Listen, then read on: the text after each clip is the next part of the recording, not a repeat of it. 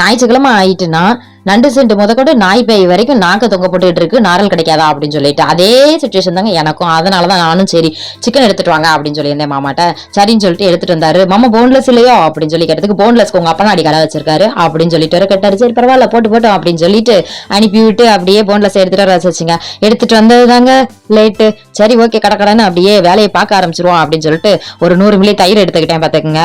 சிக்கனை கழுவி எடுத்து அங்குடியா மாத்தி வச்சுட்டு 100 மில்லி தயிர் எடுத்தாச்சு. அது கூட ஒரு 3 ஸ்பூன் இஞ்சி பூண்டு பேஸ்ட் போட்டாச்சு. ஒரு ஸ்பூனுக்கு மிளகா பொடி போட்டு அது கூட ஒரு 1/2 ஸ்பூன் ஜீரக பொடி, ஒரு 1/2 ஸ்பூன் கரம் மசாலா, அப்புறம் கலருக்கு கொஞ்சோண்டு கலர் பொடி, கொஞ்சோண்டு கொத்தமல்லி இலைய அப்படியே தூவி விட்டுட்டு உப்பு எல்லாம் போட்டு அது கூட ஒரு ஸ்பூன் மல்லி மசாலா மல்லிப்பொடி, அதுக்கப்புறம் ஒரு 1.5 ஸ்பூனுக்கு சிக்கன் பவுடர், 1.5 ஸ்பூனுக்கு கார்ன்ஃபிளவர் மாவு, அது கூடவே நம்ம பொரிக்கைக்கு யூஸ் பண்ணது அந்த எண்ணெய் இருக்கு பாருங்க, அதையும் போட்டு அப்படியே சூப்பரா கிரேவியா கலக்கியாச்சு பாத்துங்க.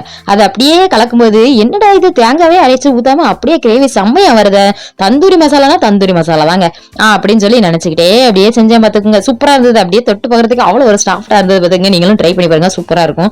அதுக்கப்புறமா அந்த மசாலாவை அப்படியே மாத்தி வச்சுட்டு அது கூடவே இந்த கழுவி வச்சிருக்க சிக்கன் எல்லாம் சேர்த்தாச்சு பாத்துங்க. இந்த தந்தூரி மசாலா இது மட்டும் நீங்க செஞ்சீங்கனாலே போதுங்க, சிக்கனுக்கு அவ்வளவு அசத்தலா இருக்கும், அப்படி ஒரு டேஸ்டா இருக்கும். நானே ஃபர்ஸ்ட் டைம் தான் செஞ்சேன் பாத்துக்குங்க அந்த மாதிரி. ஆனா அவ்வளவு ஒரு டேஸ்டா இருந்தது. நானே நம்பவே இல்லை, என்னடா இவ்வளவு டேஸ்டா இருக்கா, நம்மளா இப்படி பண்ணோம் அப்படிங்கிற மாதிரி இருந்துச்சு. நான் வந்து அப்படியே எண்ணெயில போட்டு பொரிச்சு எடுத்துட்டேன் பாத்துக்குங்க. ஏன்னா அந்த தோசைக்கல்ல போட்டு எடுக்கும்போது அந்த தந்தூரி மசாலா பாத்தீங்களா அது வந்து அப்படியே தோசைக்கல்ல எல்லாம் ஒட்டுது. அதனால என்ன பண்ணுங்க, அந்த மாதிரி எண்ணெயிலேயே போட்டு நல்லா பொரிச்சு எடுத்து சர்வ் பண்ணுங்க, அப்பதான் சூப்பரா இருக்கும். கண்டிப்பா இதை ட்ரை பண்ணி பார்த்துட்டு எப்படி இருந்தது அப்படின்னு சொல்லி சொல்லுங்க.